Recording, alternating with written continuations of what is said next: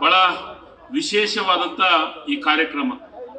ಎಲ್ಲರಿಗೂ ಆಸೆ ಇತ್ತು ಕನ್ನಡ ಭುವನೇಶ್ವರಿ ತಾಯಿಯ ಪ್ರತಿಮೆಯನ್ನು ಅನಾವರಣ ಮಾಡಬೇಕು, ಇಲ್ಲಿ ಇಡೀ ರಾಜ್ಯಕ್ಕೆ ಒಂದು ಸಂದೇಶವನ್ನು ಕೊಡಬೇಕು ಅನ್ನೋ ಮಾತು ಇತ್ತು.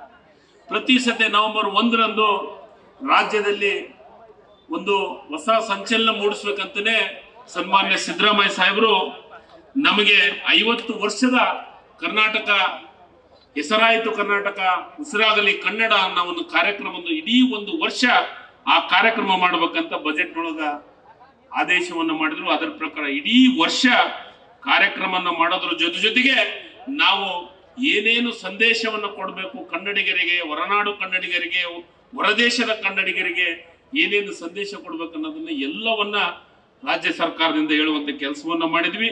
ಅದರ ಜೊತೆಗೆ ನಾವು ವಿಶೇಷವಾಗಿ ಲಾಂಛನವನ್ನು ಬಿಡುಗಡೆ ಮಾಡಿದ್ವಿ. ವಿಧಾನಸೌಧ ಬ್ಯಾಂಕ್ವೆಟ್ ಹಾಲ್ನಲ್ಲಿ 17/10/2021 ಮೊಟ್ಟ ಮೊದಲ ಕಾರ್ಯಕ್ರಮ ಲಾಂಛನ ಬಿಡುಗಡೆಯನ್ನ ಮಾಡುವಂಥದ್ದು.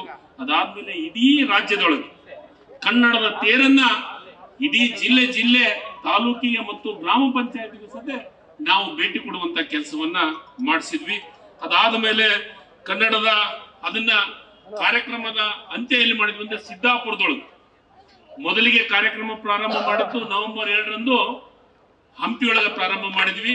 ಅಲ್ಲಿ ಭುವನೇಶ್ವರಿ ತಾಯಿಯ ಪೂಜೆಯನ್ನ ಪ್ರಾರಂಭ ಮಾಡಿ 3ನೇ ತಾರೀಕಿಗೆ ಗದಗದಲ್ಲಿ ಮಾಡಿ ಅದಾದ್ಮೇಲೆ ಆ ರಥಯಾತ್ರೆ ಸಿದ್ದಾಪುರದೊಳಗೆ ಮಾಡುವಂತ ಕೆಲಸವನ್ನ ಮಾಡಿದ್ವಿ. ಅದರ ಜೊತೆಗೆ ಇಲ್ಲಿ ನಾವು 1 ವರ್ಷದ ಕಾರ್ಯಕ್ರಮಗಳನ್ನ ಮಾಡ್ಬೇಕಂತ ನಿರ್ಧಾರವನ್ನ ಮಾಡಿದ್ವಿ. ಆ ಕಾರ್ಯಕ್ರಮದೊಳಗ ನಾವು ಅಂಚೆ ಚೀಟಿಯನ್ನು ಬಿಡುಗಡೆ ಮಾಡೋದ್ರಿಂದ ಹಿಡ್ಕೋದು ಅಲ್ಮಿಡಿ ಶಾಸನ ನನಗನ್ಸಿದ ಮಟ್ಟಿಗೆ ಇಡೀ ವರ್ಷ ಸಿದ್ದರಾಮಯ್ಯ ಸಾಹೇಬರ ಅಧ್ಯಕ್ಷರು, ಇದು ಸಿದ್ದರಾಮಯ್ಯ ಸಾಹೇಬರ ಒಂದು ಮುಖ್ಯಮಂತ್ರಿಗಳ ಒಂದು ಇದರಲ್ಲಿ ಮತ್ತು ಉಪಮುಖ್ಯಮಂತ್ರಿಗಳಿಂದ ಇಡೀ ಜಿಲ್ಲಾ ಕೇಂದ್ರದೊಳಗ ರಾಜ್ಯದೊಳಗ ಅಲ್ಮಡಿ ಶಾಸನವನ್ನ ಸ್ಥಾಪನೆ ಮಾಡಿದ್ದು ಒಂದು ಹೊಸ ಇತಿಹಾಸ ಅಂದ್ರೆ ತಪ್ಪಾಗ್ಲಿಕ್ಕಿಲ್ಲ.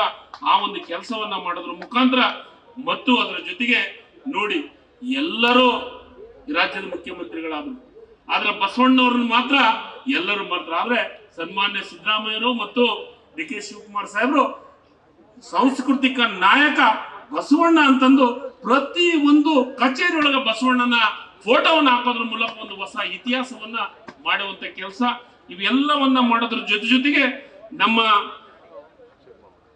ಭುವನೇಶ್ವರಿ ತಾಯಿಯನ್ನ ನಾವು ನಿಜವಾಗ್ಲೂ ನವೆಂಬರ್ 1ಕ್ಕೇನೆ ಉದ್ಘಾಟನೆ ಆಗ್ಬೇಕಾಗಿತ್ತು, ಮೂರ್ತಿ ಪ್ರತಿಷ್ಠಾಪನೆ ಆಗ್ಬೇಕಾಗಿತ್ತು. ಬೇರೆ ಬೇರೆ ಕಾರಣಗಳಿಂದ ಮೂರ್ತಿ ಪ್ರತಿಷ್ಠಾಪನೆ ತಡವಾಗಿರೋದ್ರಿಂದ ಇವತ್ತ ಅದನ್ನ ಪ್ರತಿಷ್ಠಾಪನೆ ಮಾಡೋದು ಅಂತ ಕೆಲಸ. ಅದ್ರ ಜೊತೆಗೆ ಪ್ರತಿ ವರ್ಷ ನಮ್ಮಲ್ಲಿ ಏನಾಗ್ತಿತ್ತು ಅಂದ್ರೆ ಈ ಒಂದು ಕನ್ನಡಿಗರ ಸರ್ಕಾರ ಇವತ್ತ ನೀವು ನನಗನ್ಸಿದ ಮಟ್ಟಿಗೆ ಇಡೀ ಒಂದು ವರ್ಷ ಕರ್ನಾಟಕ ಸರ್ಕಾರ ಅಷ್ಟೇ ಅಲ್ಲ ಕನ್ನಡಿಗರ ಸರ್ಕಾರ ಅನ್ನೋ ರೀತಿಯೊಳಗ ಈ ಒಂದು ವರ್ಷ ಸನ್ಮಾನ್ಯ ಸಿದ್ದರಾಮಯ್ಯ ಮುಖ್ಯಮಂತ್ರಿ ಆದ್ಮೇಲೆ ಮತ್ತು ಡಿ.ಕೆ. ಶಿವಕುಮಾರ್ ಸಾಹೇಬರು ಉಪಮುಖ್ಯಮಂತ್ರಿ ಆದ್ಮೇಲೆ ಕನ್ನಡಿಗರ ಸರ್ಕಾರ ಅನ್ನೋ ಮಾತನ್ನ ಇವತ್ತ ಇಡೀ ರಾಜ್ಯಾದ್ಯಂತ ಒಂದು ಮಾತಾಗಿದೆ. ಅದರ ಜೊತೆಗೆ ಭುವನೇಶ್ವರಿ ತಾಯಿಯ ಪ್ರತಿಮೆ, ಅದರ ಜೊತೆಗೆ ಬಹಳ ವಿಶೇಷವಾಗಿ ನಮ್ಮ ಇದನ್ನ ಎಂದು ಯಾವಾಗಲೂ ಬೆಳಗಾವದೊಳಗೆ ನವೆಂಬರ್ 1 ಅಂದ್ರೆ ಕರಾಳ ದಿನಾಚರಣೆಯನ್ನು ಮಾಡುವಂತ ಕೆಲಸವನ್ನು ಮಾಡ್ತಾ ಇದ್ದೀವಿ. ಆದ್ರೆ ಈ ಸದ್ಯ ಮುಖ್ಯಮಂತ್ರಿಗಳ ಮತ್ತು ಉಪಮುಖ್ಯಮಂತ್ರಿಗಳ ಸಂದೇಶದಿಂದ ಕರಾಳ ದಿನಾಚರಣೆ ಮಾಡ್ಲಿಕ್ಕೆ ಅವಕಾಶವನ್ನು ಕೊಡೋದಿಲ್ಲ. ಅದನ್ನೇ ಮಾಡಿದ್ರೆ ಪರಿಸ್ಥಿತಿ ನೆಟ್ಟಿಗಿರಲ್ಲ ಅಂತ ಒಂದು ಸಂದೇಶವನ್ನು ಕೊಟ್ಟು ಈ ಸತಿ ಯಾವುದೇ ಕಾರಣಕ್ಕೂ ಕರಾಳ ದಿನಾಚರಣೆಯನ್ನು ಮಾಡ್ಲಿಕ್ಕೆ ಅವಕಾಶವನ್ನು ಮಾಡಿಕೊಳ್ಳಾರ್ದು ಇತಿಹಾಸ ಇವತ್ತ ಆಗಿದೆ ಅನ್ನೋ ಮಾತನ್ನ ಇಲ್ಲಿ ಹೇಳಲಿಕ್ಕೆ ಇಷ್ಟಪಡ್ತೀನಿ. ಮತ್ತು ಅದರ ಜೊತೆಗೆ ಸರ್ಕಾರ ಎಂದೆಂದಿಗೂ ಕನ್ನಡ ಪರ ಇರುವ ಸರ್ಕಾರ, ಕನ್ನಡ ಭಾಷೆ ನೆಲ ಜಲ ವಿಚಾರದಾಗ ಎಂದಿಗೂ ರಾಜಿಯ ಪ್ರಶ್ನೆ ಇಲ್ಲ ಅನ್ನೋ ಮಾತನ್ನ ನಾವು ಇಲ್ಲಿ ಹೇಳಲಿಕ್ಕೆ ಇಷ್ಟಪಡ್ತೀನಿ ಬಂಧುಗಳೇ.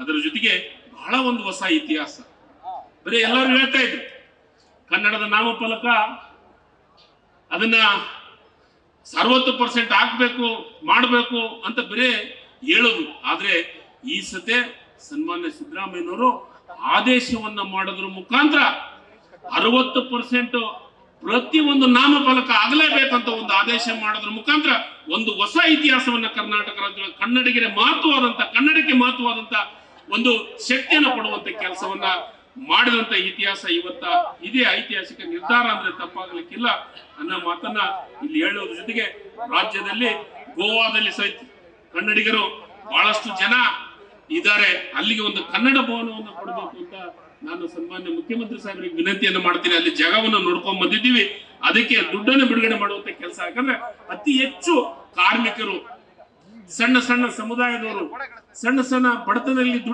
ದುಡಿಯಲಿಕ್ಕೆ ಹೋದಂತ ಅವ್ರಿಗೆ ಒಂದು ಒಳ್ಳೆಯದು, ಕನ್ನಡಿಗರಿಂದ ಒಳ್ಳೆ ಕೆಲಸ ಆಗ್ಬೇಕಾಗಿದೆ. ಅದಕ್ಕೆ ನಾನು ವಿನಂತಿಯನ್ನ ಮಾಡ್ತೀನಿ ಸನ್ಮಾನ್ಯ ಸಿದ್ದರಾಮಯ್ಯ ಸಾಹೇಬರಿಗೆ ನಮ್ಮ ಮಾತನ್ನ ಇಲ್ಲಿ ಹೇಳುತ್ತಾ, ಇವತ್ತ ಇದರ ಜೊತೆಗೆ ವಿಮಾನ ನಿಲ್ದಾಣದಲ್ಲಿ ಎಲ್ಲವೂ ಇಂಗ್ಲಿಷ್ ಮಯನೇ ಇತ್ತು. ಸನ್ಮಾನ್ಯ ಸಿದ್ದರಾಮಯ್ಯ ಸಾಹೇಬರು ಈ ರಾಜ್ಯದ ಮುಖ್ಯಮಂತ್ರಿ ಆದ್ಮೇಲೆ ಆ ಇಲಾಖೆ ನಮ್ಮ ಜವಾಬ್ದಾರಿ ವಹಿಸಿದ ಮೇಲೆ ಒಂದು ಆದೇಶವನ್ನು ಮಾಡಿದ್ವಿ. ಇಡೀ ವಿಮಾನದಿಂದ ಕನ್ನಡದ ಫಲಕಗಳು ಬೇಕೇ ಬೇಕು ಅಂತ ಆದೇಶ ಮಾಡಿದ ಮೇಲೆ ಇವತ್ತ ವಿಮಾನ ನಿಲ್ದಾಣವನ್ನು ಕನ್ನಡಮಯ ಆಗುವಂತ ಕೆಲಸವನ್ನ ನಾವು ಮಾಡಿದ್ದೀವಿ ಅನ್ನೋ ಮಾತನ್ನ ಇಲ್ಲಿ ಹೇಳಲಿಕ್ಕೆ ಇಷ್ಟಪಡ್ತೀನಿ ಬಂಧುಗಳೇ. ಇವತ್ತ ಅದರ ಜೊತೆಗೆ 50 ವರ್ಷದ ಕರ್ನಾಟಕ ಅಂತ ಹೆಸರಿಟ್ಟು ಕಾರ್ಯಕ್ರಮದೊಳಗ 50 ಮಹಿಳೆಯರಿಗೆ ರಾಜ್ಯೋತ್ಸವ ಪ್ರಶಸ್ತಿ ಕೊಡುವಂತೆ 50 ಮಹಿಳೆಯರಿಗೆ 50 ಪುರುಷರಿಗೆ ಸಾಧಕರಿಗೆ ಪ್ರಶಸ್ತಿಯನ್ನು ಕೊಡಿದ್ರು. ರಾಜ್ಯೋತ್ಸವ ಪ್ರಶಸ್ತಿ ಜೊತೆಗೆ ಈ ಪ್ರಶಸ್ತಿಯನ್ನು ಕೊಡುವಂತ ಕೆಲಸವನ್ನ ಮಾಡಿದ್ದೀವಿ ಅನ್ನೋ ಮಾತನ್ನ ಇಲ್ಲಿ ಹೇಳಿ, ಇವತ್ತ ಬಹಳಷ್ಟು ನಮ್ಮ ರಾಜ್ಯದೊಳಗ ಕನ್ನಡದ ಬಗ್ಗೆ ವಿಶೇಷವಾದಂತ ನಾವು 5 ಕಾರ್ಯಕ್ರಮ, ನಿಜವಾಗಲೂ ಅದು ಗಡಿ ಭಾಗದೊಳಗೆ ಅತಿ ಹೆಚ್ಚು ಕಾರ್ಯಕ್ರಮಗಳನ್ನು ಮಾಡಿದ್ವಿ. ಸಾಂಗ್ಲಿ ಒಳಗ ಅದ್ಭುತವಾದಂತ ಕಾರ್ಯಕ್ರಮವನ್ನು ಮಾಡಿದೆ ಕನ್ನಡ ಗಡಿ ಪ್ರಾಧಿಕಾರದಿಂದ. ಅವತ್ತು ಇಡೀ ಕರ್ನಾಟಕದ ಜನರು ಅಲ್ಲಿ ಏನು ಗಡಿ ಭಾಗದಾಗಿರುವಂತ ಕನ್ನಡ ಜನರು ಎಲ್ಲರೂ ವಾಲಂಟರಿ ಆಗಿ ಭಾಗವಹಿಸೋದ್ರ ಮುಖಾಂತರ ಕನ್ನಡದ ಪ್ರೇಮವನ್ನು ಬೆಳೆಸುವಂತ ಕೆಲಸವನ್ನು ಮಾಡಿದ್ರು. ಅದಾದ್ಮೇಲೆ ಏನು ರಾಯಚೂರೊಳಗೆ ಮಾಡಿದ್ವಿ ಅದ್ಭುತವಾದಂತ ಕಾರ್ಯಕ್ರಮ. ಏನು ಆ ಕಾರ್ಯಕ್ರಮದೊಳಗ ಏನು ಗೋಕಾಕ್ ಚಳವಳಿ ಹಿನ್ನೋಟ ಮತ್ತು ಮುನ್ನೋಟ ಅನ್ನೋ ಮುಖಾಂತರ ಅದ್ಭುತವಾದಂತ ಕಾರ್ಯಕ್ರಮ ಮಾಡೋದ್ರ ಜೊತೆಗೆ ಇಡೀ ವರ್ಷ ಕನ್ನಡಮಯ ಒಂದು ಕಾರ್ಯಕ್ರಮ ಮಾಡ್ಲಿಕ್ಕೆ ನಮ್ಮ ಮುಖ್ಯಮಂತ್ರಿಗಳು ಕಟಿಬದ್ಧರಾಗಿ ನಿಂತು ನಮಗೆಲ್ಲ ಸಹಾಯ ಸಹಕಾರ ಮಾಡೋದ್ರ ಜೊತೆಗೆ ಒಂದು ಶಕ್ತಿ ತುಂಬುವಂತ ಕೆಲಸವನ್ನ ನಮ್ಮ ಮುಖ್ಯಮಂತ್ರಿಗಳು ಮತ್ತು ಉಪಮುಖ್ಯಮಂತ್ರಿಗಳು ಮಾಡಿದ್ದಾರೆ. ನಿಜವಾಗ್ಲೂ ನಾನು ಇಲಾಖೆಯ ಸಚಿವನಾಗಿ ಅವ್ರಿಗೆ ವಿಶೇಷವಾದಂತ ಅಭಿನಂದನೆಗಳನ್ನು ಸಲ್ಲಿಸಲಿಕ್ಕೆ ಇಷ್ಟಪಡ್ತೀನಿ ಬಂಧುಗಳೇ. ಅದ್ರ ಜೊತೆಗೆ ಈಗ ಈ ಟೈಮ್ದೊಳಗೆ ಇಂಥ ಒಂದು ಅವಕಾಶ ಒಂದೇನಂದ್ರೆ 2-3 ಇತಿಹಾಸವನ್ನು ಸೃಷ್ಟಿ ಮಾಡುವಂತ ಅವಕಾಶ ನನಗೆ ಸಿಕ್ಕಿದೆ.